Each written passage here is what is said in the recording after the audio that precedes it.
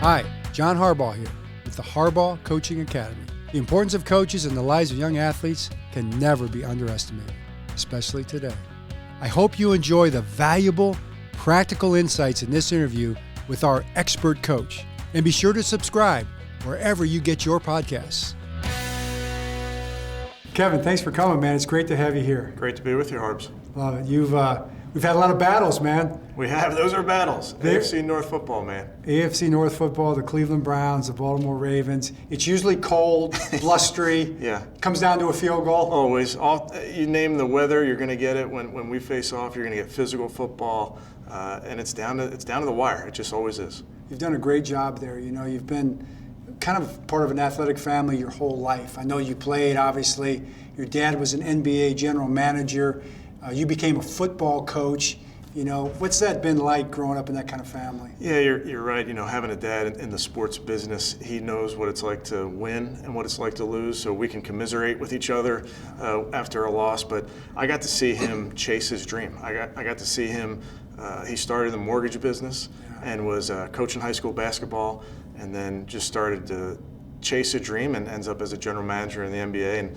And whether that was a dream of mine to be a doctor, or a dream to be a lawyer, a dream whatever it was, I saw a guy that was chasing what he wanted to do. Yeah, you saw it every day. What do you like? How much of him do you think you bring to the table every day? Like, how much is in there what you saw growing up? Yeah, quite a bit. I think we're products, obviously, of our parents, and I hope I'm doing the same with my kids. But there's things that I'll say to our team and things that I'll do with our staff or just how I treat people. It's right out of his playbook, and try to treat people the right way, and ultimately, make sure you put the people first. But he couldn't get you trained up in basketball. I tried, Harbs. I tried. I wasn't good enough. We all did, right? I wasn't good enough, man. Point guard, shooting guard? I would like to distribute the basketball. I didn't like to shoot it because we didn't know where that ball was going. That's pretty good. But you were a team player, you know? My favorite player of all time is Jason Kidd. And yeah. My dad was part of the group that traded for J. Kidd to New Jersey. And I loved to watch the guy play the game because what was he all about? Setting his teammates up, playing defense. I mean, just the toughness that he brought to the court. I tried to be him back in the day. I thought I was him. I wasn't. But I think there are parallels to that point guard position and our game, right, especially at the quarterback position, right, and how you're oftentimes trying to set your teammates up. Yeah. So football's different. Basketball, obviously, great sport. Football, great sport, different. People talk about football. A lot of people love football. A lot of people don't like football so much, but it's got a value to it. I think sometimes it it's hidden a little bit. But I've never heard anybody that played the game of football, or at least was a part of it, say, I regret that too much. Most guys are really proud of what they did. For you, what do you see in football as a player, as a coach, that makes it valuable? Well, it's the greatest team game that's ever been invented, and I think there's 11 on the field. There's 5 on the field for basketball. So you change out one position in basketball, and you've changed out 20% of your team on the floor. And with football, you need everybody. You need all 11 to go. I love that it's hard. I love that it's physical. That it's a contact sport, and you're gonna have to push yourself through practices and push yourself through games, so it tests you. And then ultimately, it's the kid's game. Mm-hmm. And I oftentimes with our players, I ask them, "What was the first team you played on?" And they all can rattle it off. What jersey number did you wear? Right. And they could rattle it off because that's when you fell in love with this game. Yeah. And then the things that you learn from it too, right? Like, all the practices, the challenges, not playing, getting knocked down, picking yourself back up, making your first tackle. My dad always talks about that. Once you do that, you become a football player. Some of the lessons maybe throughout life that you took from playing the game, or that you think, the players that you coach take from it. Man, it's hard. It's a hard game. And not just the physicality, but just think of all the practices that go into it. We spend a lot of time on that practice field. We spend a lot of time in the meeting room, and I think what that prepares us for is everything else that happens in life that is hard. And I just think that's the type of game that we have. I think it's why you see guys go through injuries and you see them rehab like crazy, and then they get back on the field because they want to fight with their teammates. They want to be out there with their teammates, and that's what I love to see is guys that will put themselves way behind their teammates. They want to push their teammates up. They want to prop their teammates up. I think that's what the game of football shows. Right.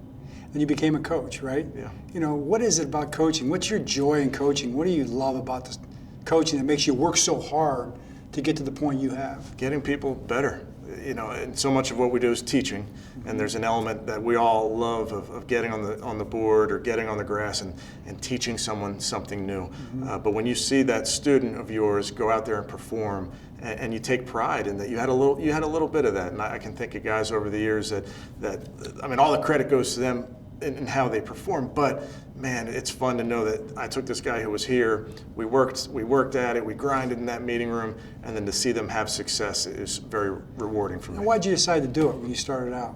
It wasn't for the money, because we get into it, you're grinding at that lower level. I think it goes back to this love of this game. I fell in love with it at a young age, couldn't get away from it, finished playing in college, didn't know what I wanted to do, didn't think I was going to jump into coaching right away, and I didn't. I got into real estate for a hot minute there, and then I quickly realized I have to get back to this game some way, and opportunities happened to come my way, which I was very blessed and fortunate, but I had to get back to this game because it's given me so much. So when you look at coaches, a lot of young coaches coming up would love to accomplish what you've accomplished, and you've done it you've had your path, and challenging path. Some guys bounce and move from jobs. You were with the Vikings for 14 years. You got an opportunity to go there. I remember back in Philly, you kind of came in as a young guy and got your start. But everybody's path is different. But when you hire coaches or you look at coaches, you kind of see, what do you look for in coaches? What do you value in coaches? Yeah, I want, similar to players, we want smart and tough. We want smart and hardworking. And I think when you have that, you have a person that is going to develop. I think so much for us is just getting the right people in the building. And with my experience, and I know you're the same way, Harbs, is when you have your job, whatever your job is, do that job that you have to the best of your ability. Right. And I think that everything else takes care of itself. And sometimes a lot of us are ambitious and people want that next job right away.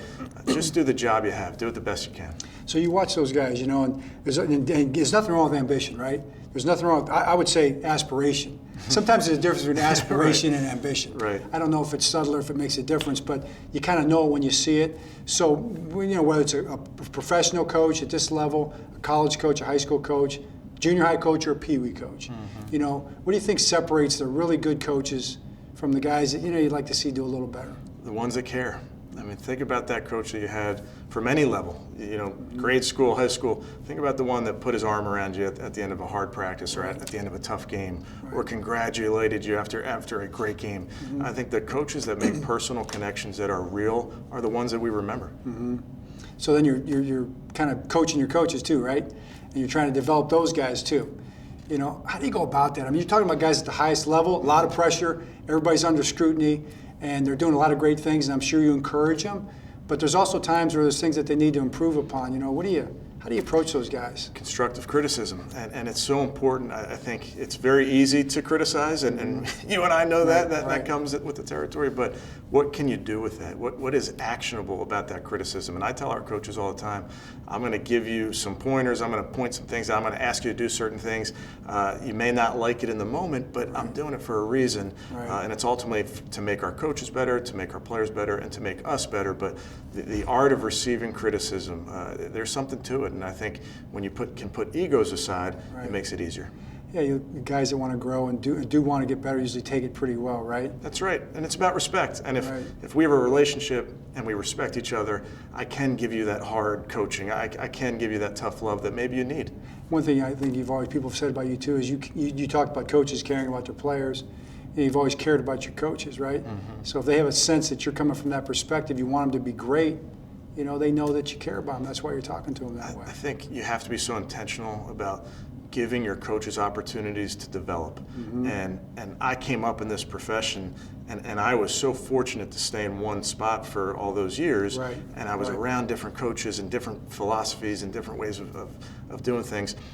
You have to be proactive in your own development. You're going to learn by osmosis. I'm sitting in the back of the room in 2009, and I'm the assistant, or I was a quality control coach, the assistant quarterback coach, if you will. And there's Kevin Rogers up at the front of the room coaching the quarterbacks. Brett Favre's in there, Tavares Jackson's in there, Sage Rosenfeld's, and I'm way in the back. And it's all just osmosis. I just want to learn as much as I can. And then it's incumbent on those young coaches that now get out of your comfort zone. Go sit with the defensive line coach. Go sit with the special teams coordinator. Find out more about this game and be proactive in your development. Now you're a head coach, and you've done that your whole career. You know, you've looked for ways to grow, but now you're the head coach. You're kind of the guy that's supposed to have all the answers, and yet you know darn well that you can get better, and you want to try to find ways to grow. You know, how do you go about doing that? Yeah, I mean, it's that term growth mindset. If you believe in that, if you're humble enough to believe that you can get better, you will get better. And I think part of it for me is having people in this profession like yourself, guys that I can get on the horn and ask them a question, because I don't have all the answers. And I think it's so important that as we grow in this business, if you are humble enough to admit that, then you'll start reaching out and finding out from different people, maybe there's a different way of doing things. Maybe I have a blind spot on something. And I think when you trust other people in this profession that you know, I think you can pick up the phone. Now you're a pretty young guy, right? I don't feel it all the time. Something like that beard, you look, you know, something that nice gray beard gives you a look of wisdom. Yeah, this is from coaching some of those players. They gave me these. No doubt about that. But you've also got you got kids are growing up now, right? I do. So they're involved in different things, in sports and plays and theater and different things like that. And you're you're a parent, and you're looking for coaches, and you want to get the right coaches for your kids. You know, what do you look for? Yeah, I think, again, it goes back to caring. It goes back to, I'm going to drop my son or daughter off with you for an hour or 2 hours. Can I trust you, that you're going to have the compassion to deal with my kid? Because it's our kid when they drop them off, right? And it becomes their kid once we leave. So I want a coach that I know is going to have compassion, that he or she is going to treat my son or my daughter with that compassion and treat them like their own. What are your kids involved with? Everything. Who gets them all their practices and everything? Man, after the season, I turned into that chauffeur, and all right, I get home, and it's like, all right, I need you to drive over here, drive over here. I think I always tell people, I wait till Saturday morning to find out what the schedule is. I don't want to know. Ignorance is bliss. So I wake up Saturday morning, and I get my marching orders. But I just try to be present for my kids. I'm at those games. I want them to see me there and know that I'm supporting them in any way I can. But ultimately, I'm oftentimes just the driver. Now, how do you say that, but now you see something, right? Maybe a ground ball isn't run out or something like that, or somebody doesn't hustle to go get a soccer ball. How do you balance that dad, coach, support? Also, you know, there's expectations. You know, where do you go with that? I think a lot of that happens in that car ride home, as you know, and it's amazing how a lot of our kids will listen to coach but may not listen to mom or dad. Oh, yeah. So I try to, and I learned this from my dad, you try to pick your spots and pick your moments where, hey, and you praise them, here are the things I loved, and then, hey, remember that you had that play on that baseline inbounds play. Did you ever think about, you had a player open here? So you may try to get there, but first you got to praise the effort, praise how hard they're playing, praise them being great teammates. But I do think you're also trying to, all right, I want to make sure that there's a learning opportunity here as well. Yeah, there's always some percentage of great things, which is usually high, 90%. Make sure you talk about that stuff, right? You do. Yeah, you have to. And I think it goes back to also just talking and being in that car. And I think that's one thing that sports and other activities, whatever they are, they allow us to be around our kids, to share in that with them. And sometimes those conversations can go to different places, but ultimately it's about talking to our kids. So you roll back that parent, now you're back to being a coach again. You're coaching this generation, which, you know, generations are, you know, people are still the same. And this generation is an amazing generation, but, you know, they think differently a little bit. You know, how do you relate to these guys and talk to these guys? Yeah, you know, I think, again, trying to just be authentic with your players all the time, not just some of the time, always just being myself. You're right, though, because as we get older, these kids coming out of college, they're still 20, every year they're going to be 22, 21 years old, and they have different challenges. They have different things in their life that they've seen or that they've overcome. So for me, it goes back to that. Each person's different. Each person's journey is totally different. Right. So how can I connect to them so that I want to get the best version of them. In football, I want to get the best version of them in football. I don't think you can do that until you get the best version of that person. Right. Okay, then as a team, you know, you've got a vision for your team, and whether it's an NFL vision or whether it's a, you know, junior high basketball team vision, kind of how you want them to play. You know, how do you propose that vision to your guys, and then, you know, see it kind of carried out and encourage it, discipline it, you know, all those things that go into that, you know, with your team, and kind of what is your vision and what do you want to see from your team? Yeah, it's a 24/7 job because and you've heard it said, you can choose your identity or someone else is going to choose it for you. So you have to be clear about how you want to play the game. Offense, defense, special teams. These are the things that we're going to hang our hat on. And then it's making sure that you're doing those things and never getting too far from that. And you go back and look at your roadmap, and are we being true to who we said we were going to be? And that's our job as in that director's chair, to make sure that every decision that we make along the way is getting us back to what we decided was going to be our roadmap. And going back to kids again, and the challenges that I know with my daughter, like, it's a big deal. And I want to hear how she's doing, how she's feeling, how she comes back after practice. And so now you're coach of a young person, even at our level, but also I'd say even at the younger level. Those coaches and their the parents are over there and they're kind of like, they've got their thing going on, and the kids got their things going on. How do you encourage the coaches to make it fun or to bring the kids back, but also kind of teach the values?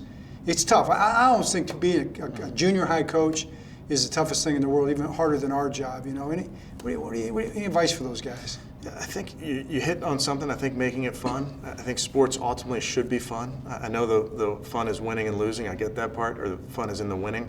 But with these young kids in sports, you want them to love their experience.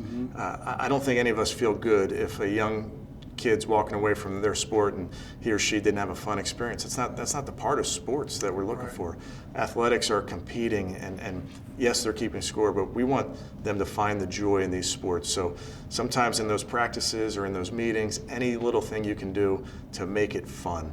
I know at our level, a lot of times it gets lost. That fun part gets lost in it because you're so focused on that week and that Sunday and that matchup. But you got to as many times as you can, and at many moments as you can, make sure we're not losing the joy of this game. Then you got this job, this NFL head coaching job, right? You wear a lot of hats, so to speak. You get turned in a lot of different directions. How do you balance that? You've got up, down, sideways players, upper management, people that work in the building. In terms of leading that and kind of directing all that. How do you handle all that? I think you got to just do your job every single day, and as you know, what that looks like day to day can change. And I've had some great mentors in this business, guys that have sat in the chair that we sit in and have been able to give me advice on what to do, what not to do sometimes, but trying to be consistent in your approach every single day. Be true to who you are every day, and if you set out to do it a certain way, I think you've got to be ready to pivot as things come in your way, but stay true to who you are, stay true to what has gotten you in that position. So young players coming up, let's talk football players, okay? High school players. What are coaches looking for at the next level? I'd say number one, work ethic.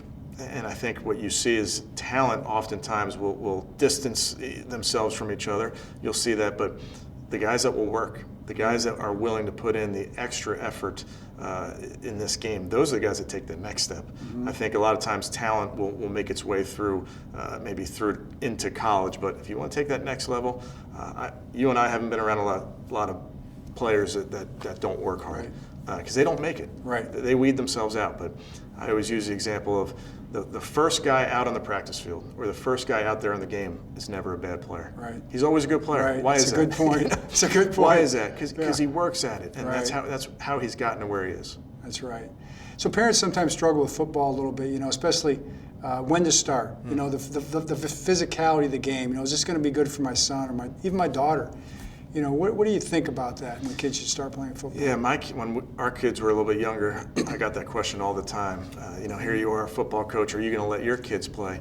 And my answer is, our game has never been safer. The drills that you and I did when we were growing up, they don't do them anymore. Right. The equipment is so much better than it was. The coaching is so much better. The awareness in coaching is so much better. So if you find the right coaches, if a parent finds the right coach that they trust in, that has the credentials, that can explain exactly what they're going to do, I would trust them in this game. I think this game gives us so much, and I do believe it's in a spot where it's never been safer. Visit HarbaughCoachingAcademy.org.